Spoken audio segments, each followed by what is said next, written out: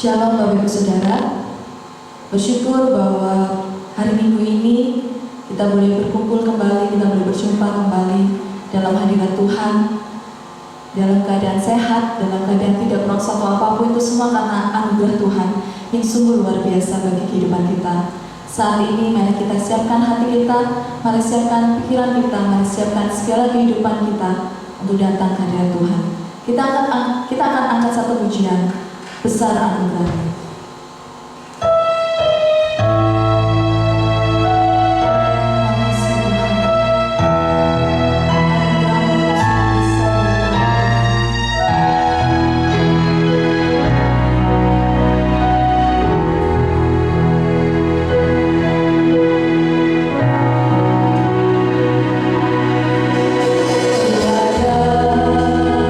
Sebagai mana ku ada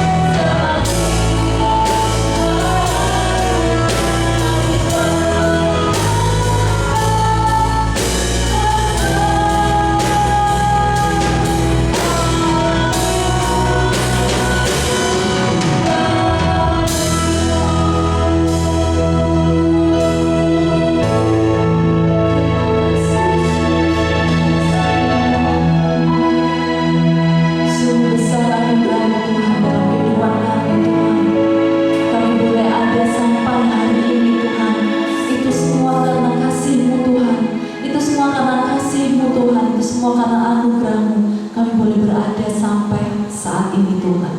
Saat ini ya Bapa, kami mau datang ke hadirat-Mu Tuhan. Siapkan hati kami, siapkan pikiran kami Tuhan. Kami mau menanggalkan segala beban kehidupan kami Tuhan. Kami mau fokus untuk memuji dan menyembah Engkau ya Bapa. Terima kasih Tuhan, terima kasih. Kami siap untuk memuji dan memuliakan nama-Mu. Hanya di dalam nama Tuhan Yesus Kristus. Haleluya. Amin. Tuhan telah memberikan cintanya kepada kita.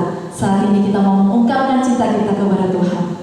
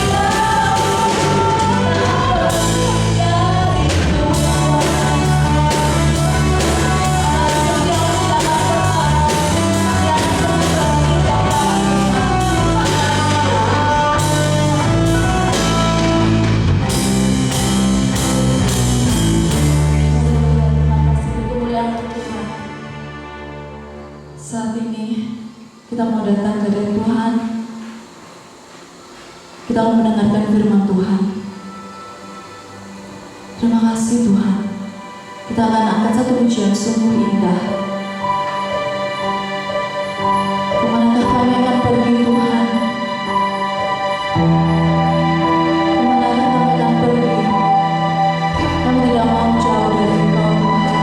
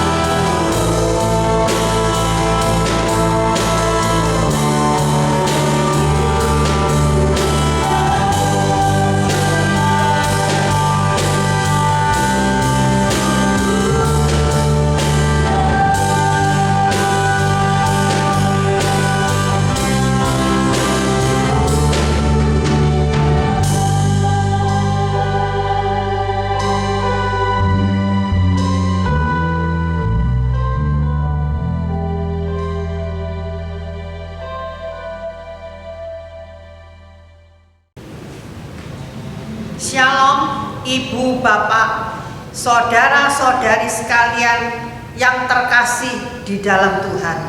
Selamat berjumpa kembali dalam ibadah di cabang Sukun GBT Kristus Pelepas Malam. Sebelum kita mendengarkan firman Tuhan, marilah kita akan bersama-sama berdoa. Allah Bapa kami yang maha besar di dalam kerajaan sorga, saat ini hati kami penuh dengan ucapan syukur kepada Tuhan. Di tengah-tengah pandemi COVID-19, kami masih diizinkan untuk dapat beribadah kepada Tuhan, walaupun secara online di rumah kami masing-masing. Bantulah kami Bapa, sebentar kami akan mendengarkan sabda Tuhan. Tolonglah juga hamba-Mu yang akan menyampaikan sabda Tuhan. Kiranya firman Tuhan yang akan kami sampaikan mendatangkan berkat buat sidang jemaat Tuhan yang mendengarkan di mana saja mereka berada. Terima kasih Bapa. Dalam nama Tuhan Yesus kami berdoa dan mengucap syukur. Amin. Tema firman Tuhan yang akan saya sampaikan saat ini adalah rahasia doa yang dikabulkan Tuhan.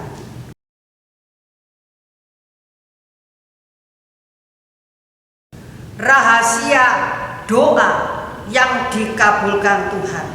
Kita akan membaca bersama-sama dalam Injil Lukas pasal yang pertama ayat 5 sampai dengan 25 serta ayat 57. Yang kita baca Lukas pasal 1 ayat 5 sampai dengan 13. Kita baca dalam bahasa Indonesia masa kini. Lukas pasal 1 ayat 5 sampai dengan 13. Ketika Herodes menjadi raja negeri Yudea, ada seorang imam bernama Sakaria. Ia termasuk golongan imam-imam Abia.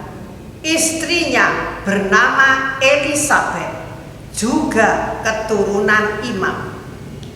Kehidupan suami istri itu menyenangkan hati Allah. Keduanya mentaati semua perintah dan hukum Tuhan dengan sepenuhnya. Mereka tidak mempunyai anak, sebab Elisabet mandul dan mereka kedua-duanya sudah tua. Pada suatu hari, waktu golongan Abia mendapat giliran, Sakaria menjalankan tugas sebagai imam di hadapan Allah. Dengan undian yang biasanya dilakukan oleh imam-imam, Sakaria ditunjuk untuk masuk ke dalam rumah Tuhan dan membakar kemenyan. Sementara upacara pembakaran kemenyan diadakan, orang banyak berdoa di luar. Pada waktu itu, malaikat Tuhan menampakkan diri kepada Sakaria. Malaikat itu berdiri di sebelah kanan meja tempat membakar kemenyan.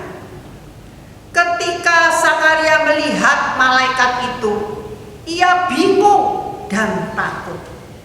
Tetapi malaikat itu berkata, "Jangan takut Sakaria. Allah sudah mendengar doamu. Istrimu Elisabet akan melahirkan seorang anak laki-laki. Engkau harus memberi nama Yohanes kepadanya." Amin. Diceritakan bahwa ada seorang imam bernama Sakaria. Ia termasuk golongan imam-imam Abia. Istrinya bernama Elisabet, juga keturunan imam. Mereka tidak mempunyai anak, sebab Elisabet itu mandul dan mereka kedua-duanya sudah lanjut usia. Pastilah seseorang yang membentuk sebuah keluarga mengharapkan keturunan. bila sekian lama tidak dikaruniai seorang keturunan, wajar pasangan suami istri itu akan berdoa kepada Tuhan, mohon dikaruniai seorang keturunan. Pada zaman sekarang, selain berdoa, pasangan suami istri itu akan berusaha pergi ke dokter kandungan, mungkin juga akan dilakukan melalui bayi tabung. Saya pernah diajak murid mengantarkan murid les, dulu waktu kecil les di saya, sekarang sudah dewasa. Setelah berumah tangga sekitar 10 tahun belum dikaruniai keturunan. Mereka sudah mencoba bayi tabung di Surabaya, namun gagal. Akhirnya mereka pergi ke rumah sakit di Pineng untuk ikut program bayi tabung. Sebab banyak yang berhasil di rumah sakit tersebut.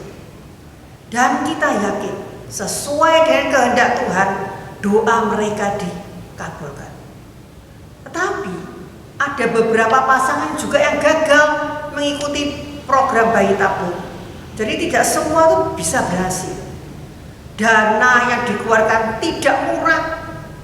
Walaupun manusia berusaha, kalau Tuhan belum mengaruniakan keturunan, pasti gagal usaha kita. Begitu juga dengan Zakaria dan Elisabet. Kita bisa mengetahui waktu seorang malaikat menjumpai Zakaria ketika bertugas di bait Allah. Dalam ayat 13, tetapi malaikat itu berkata, "Jangan takut Zakaria, Allah sudah mendengar doa." Kita yakin pasti Zakaria dan Elisabet itu berdoa dengan tekun agar dikaruniai keturunan sejak mereka menikah sampai mereka lanjut usia. Walaupun mereka tahu bahwa Elisabet adalah seorang wanita yang mandul, namun mereka tidak berhenti berdoa. Secara pikiran manusia itu mustahil bisa terjadi, tetapi bagi Tuhan tidak ada barang yang mustahil. Apa rahasia doa dijawab oleh Tuhan? Kita semua pasti pernah berdoa memohon sesuatu kepada Tuhan. Mungkin sampai saat ini kok belum dijawab. Apa rahasianya? Yang pertama, di dalam Lukas pasal 1 ayat 13, tetapi malaikat itu berkata, "Jangan takut Zakaria, Allah sudah mendengar doa." Berarti apa? Kedua suami istri ini tekun berdoa. Berdoa bukan waktu muda, sampai lanjut usia. Tidak bosan-bosannya, tidak jemu-jemunya, tetap tekun berdoa sampai doanya dijawab. Dia tidak putus asa, dia tidak bosan suami istri, tetap berdoa kepada Tuhan dengan tekun. Jadi rahasia doa dijawab oleh Tuhan yang pertama adalah tekun berdoa.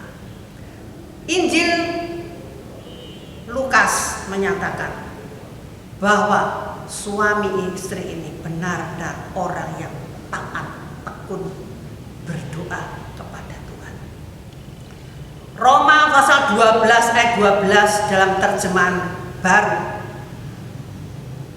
bersukacitalah dalam pengharapan, sabarlah dalam kesesakan, dan bertekunlah dalam doa.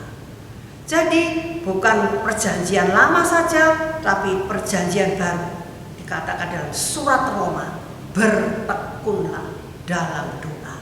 Kalau mau doa kita dijawab oleh Tuhan. Bukan saja tekun berdoa, masih ada banyak persyaratan, rahasia-rahasia supaya doa kita dijawab. Walaupun kita sudah lama berdoa, memohonkan sesuatu, namun belum mendapat jawaban, Firman Tuhan mengatakan, tetap tekun di dalam doa. Jangan berhenti berdoa. Sebab orang yang tekun berdoa, Tuhan akan memperhatikan. Rahasia yang kedua, Lukas pasal 1 ayat 6a. Lukas pasal 1 ayat 6a.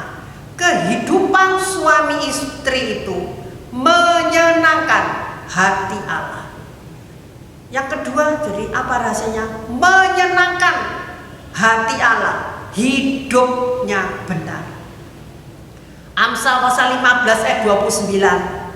Amsal pasal 15 ayat 29 mengatakan, Tuhan itu jauh daripada orang fasik, tetapi doa orang benar didengarnya. Doa orang benar didengarnya. Jadi selain tekun berdoa, pribadinya, orangnya yang berdoa, hidupnya harus benar. Orang yang hidup benar menyenangkan hati Allah. Yang ketiga, mentaati semua perintah Allah dan hukum Tuhan dengan sepenuhnya. Mentaati semua perintah dan hukum Tuhan dengan sepenuhnya. Lukas pasal 1 ayat 6b. Keduanya mentaati semua perintah dan hukum Tuhan dengan sepenuhnya. Bukan separuh, bukan sebagian, tapi sepenuhnya hukum Allah ditaati, dilaksanakan. Jadi ada 3 pokok rahasia supaya doa-doa yang kita panjatkan itu didengar dan dikabulkan oleh Tuhan. Yang pertama, tekun berdoa. 2, hidup benar. Dan yang ketiga, mentaati semua hukum Allah. Seringkali kita berdoa belum dijawab oleh Tuhan. Mungkin masih ada halangan-halangan. Apa halangan dalam doa? Penghalang di dalam doa. Yang pertama, Yesaya pasal 59 ayat 1 sampai dengan 2. Yesaya pasal 59 ayat 1 sampai dengan 2. Masih ada dosa-dosa yang kita lakukan. Jangan mengira Tuhan itu terlalu lemah untuk menyelamatkan kamu, atau terlalu tuli untuk mendengarkan seruan. Ayat 2, karena kejahatan mula, maka Ia tidak mendengarkan waktu kamu berdoa kepadanya. Dosa-dosa mula yang memisahkan kamu dari Allah. Dalam terjemahan baru dikatakan, sesungguhnya tangan Tuhan tidak kurang panjang untuk menyelamatkan, dan pendengarannya tidak kurang tajam untuk mendengar. Tetapi yang merupakan pemisah antara kamu dengan Allahmu ialah segala kejahatan, dan yang membuat dia menyembunyikan diri terhadap kamu sehingga tidak mendengar ialah segala dosa. Yang kedua, kalau yang kita doakan ada maksud-maksud jahat, ada niat jahat di dalam hati kita. Mazmur pasal 66 ayat 13. Mazmur pasal 66 ayat 13 dalam terjemahan baru. 5. Seandainya ada niat jahat dalam hatiku, tentulah Tuhan tidak mendengar. Mungkin permintaan doa kita untuk mencelakakan orang lain atau untuk memuaskan hawa nafsu kita, Tuhan tidak akan mendengar doa kita. Yang ketiga, di dalam hati kita masih ada kebimbangan, ragu-ragu. Kita baca Yohanes pasal 1 ayat 6. Yakobus pasal 1 ayat 6. Hendaklah ia memintanya dalam iman dan sama sekali jangan bimbang. Sebab orang yang bimbang sama dengan gelombang laut yang diombang-ambingkan kian kemari oleh angin. Kalau kita masih ragu-ragu, tidak percaya dengan mukjizat yang Tuhan kerjakan, jangan mengharap doa kita akan dijawab oleh Tuhan. Saya akan menutup renungan ini dengan sebuah ilustrasi. Seorang petani tua sudah bertahun-tahun membajak mengelilingi perkebunannya.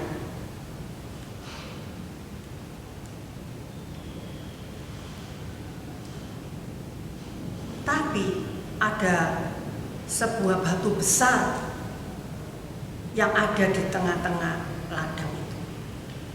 Batu besar itu telah merusakkan satu mesin penyiang dan 2 mata bajak yang saat itu tidak sengaja dia menyenggol batu besar itu. Setiap kali ia melihat penghalang itu, ia menggerutu mengenai banyaknya kesulitan yang ditimbulkan oleh batu besar itu. Suatu hari ia memutuskan untuk menggali dan membuangnya.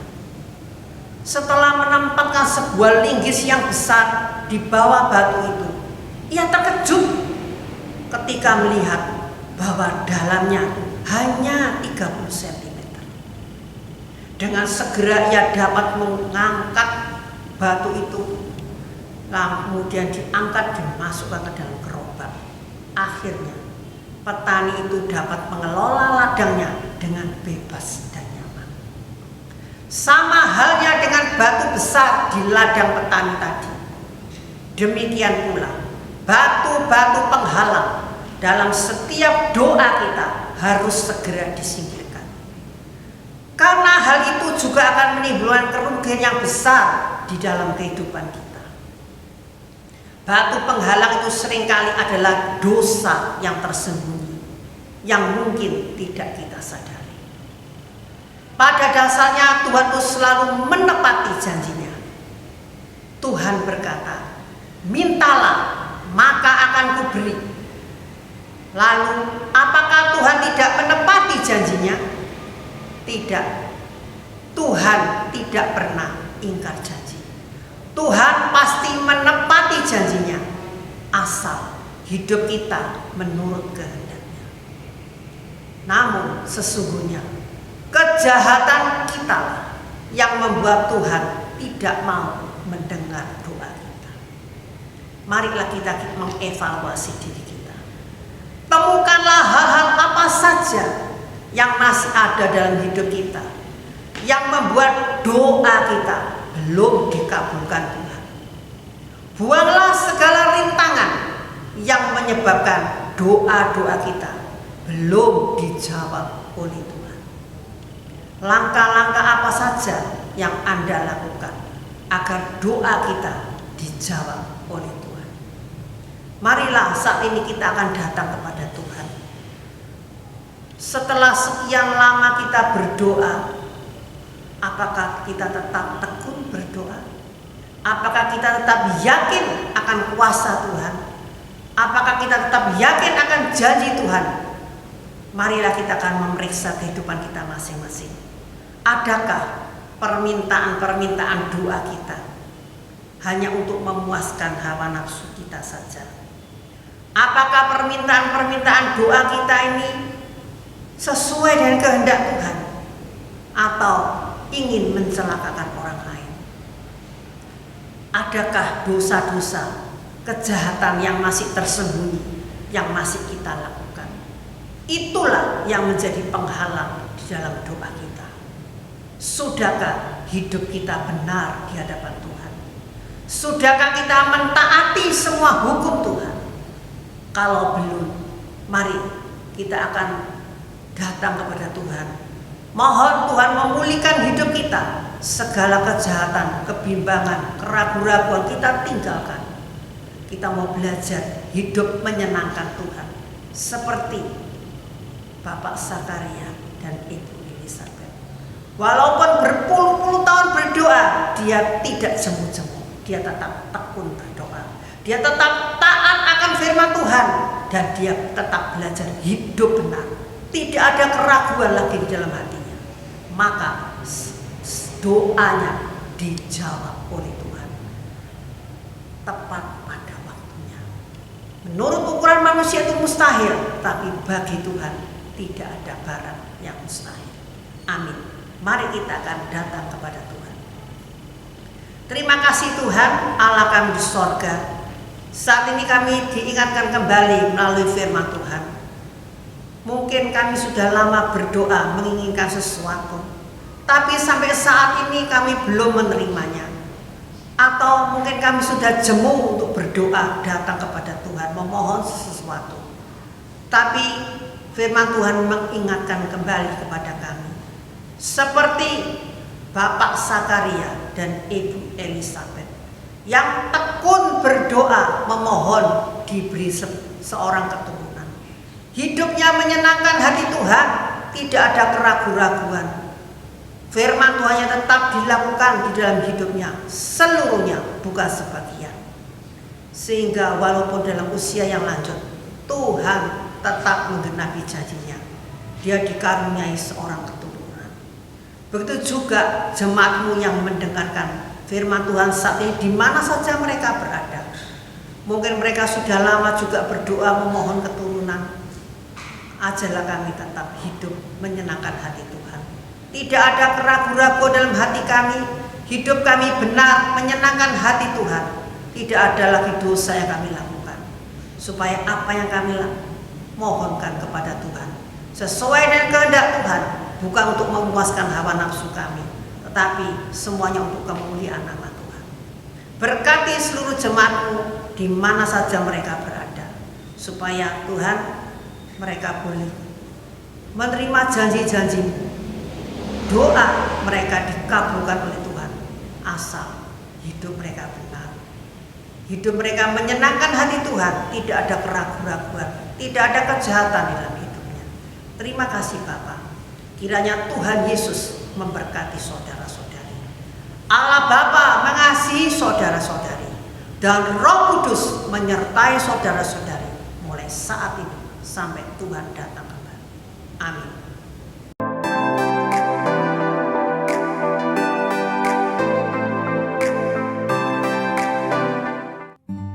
Jemaat GBT Kristus Pelepas Cabang Sukun yang terkasih, bagi jemaat yang rindu untuk tetap menabur, kami sungguh menghargai pemberian jemaat dalam membantu kebutuhan pelayanan yang besar di tempat ini.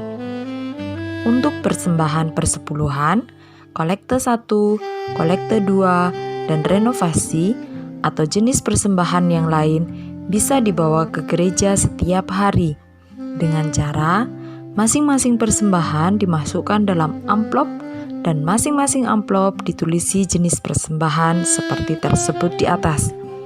Lalu, masukkan ke kotak persembahan yang sudah disediakan di gereja. Selamat ulang tahun kepada Ibu Gina, Ibu Mariam, Ibu Wartini, Bapak Hendrik Yohanes Francisco. Karena panjang umur dan lanjut usia serta sejahtera akan ditambahkannya kepadamu. Amsal 3 ayat 2. Gembala sidang, pengurus gereja, serta seluruh jemaat mengucapkan selamat ulang tahun, Tuhan Yesus memberkati. Bantuan doa untuk pemulihan kesehatan dan lanjut usia. Ibu Mariam, Ibu Markus, Ibu Sumarlin, Bapak Sutikno, Ibu Tamin, Ibu Rahel, Ibu Tris, Bapak William beserta istri. Haleluya. Atas nama seluruh jemaat dan pengurus gereja, kami mengaturkan terima kasih yang sebesar-besarnya atas pelayanan daripada hamba Tuhan yang menyampaikan firman Tuhan di hari ini. Kiranya berkat kerajaannya berlimpah atas Bapak Ibu hamba Tuhan. Mari umat Tuhan kita bersyukur kepadanya dan kita menerima doa berkat. Haleluya, kami bersyukur kepadamu Bapa Surga atas pimpinan Roh-Mu yang kudus bagi kami semua para pelayan Tuhan dan umat-Mu dalam rangka membangun ibadah kepadamu ya Bapa. Hamba berdoa bagi seluruh pelayan-pelayan Tuhan dan hamba Tuhan yang telah menyampaikan kabar baik pada hari ini. Kiranya pengurapan Roh-Mu yang kudus semakin berlimpah atas mereka. Berkat-berkat kerajaan-Mu turun atas mereka dan anggota keluarga. Terima kasih Bapa, dan kami membawa doa juga bagi saudara-saudara kami yang berulang tahun pada hari ini, pada pekan ini. Kiranya Tuhan memberkati dengan kesehatan yang prima. Tuhan penuhi hidup mereka dengan segala kebaikan-Mu. Berdoa pula bagi saudara-saudara kami yang telah lanjut usianya. Kiranya Tuhan melawat mereka satu persatu dengan kasih dan sukacita-Mu. Tambah-tambahkanlah pengharapan yang besar untuk selalu memandang kepada-Mu, Sang Sumber hidup yang sejati. Dan kiranya Roh-Mu yang kudus memberi semangat untuk mereka terus mengabdi kepada-Mu sampai akhir hayat. Tak lupa juga kami berdoa untuk Bapak Presiden Joko Widodo dan wakilnya dan para menteri, TNI dan Polri, juga para medis yang berjuang untuk kesehatan bangsa. Tuhan memberkati dengan hikmat-Mu. Tuhan memberkati dengan bimbingan-Mu. Tuhan memberkati dengan kesehatan yang prima. Pasukan malaikat-Mu menjagai mereka semua. Terima kasih. Kami juga berdoa bagi saudara-saudara kami, para hamba Tuhan dan para profesional yang tergabung dalam Berkat Malang Gema Kasih. Kiranya Tuhan memberkati mereka semua dengan hikmat-Mu. Tuhan jagai dengan pasukan malaikat-Mu. Tuhan bimbing dalam segala karya luhur yang mereka kembangkan dalam pertolongan Roh Kudus, agar mereka semua menjadi mitra kerja dari Pemkot Malang dan institusi yang lainnya. Terima kasih Bapa, terima kasih. Akhirnya saudara-saudaraku yang dikasihi Tuhan, kiranya berkat yang berkelimpahan dari Bapa surga tercurah bagimu.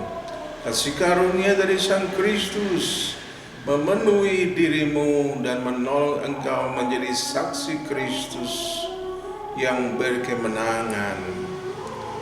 Kiranya persekutuan dan penghiburan Roh Kudus senantiasa menyegarkan iman dan pengharapanmu sampai Maranatha, Tuhan Yesus datang kembali menjemput kita semua sebagai gereja Tuhan yang dimuliakannya dalam kerajaan surga.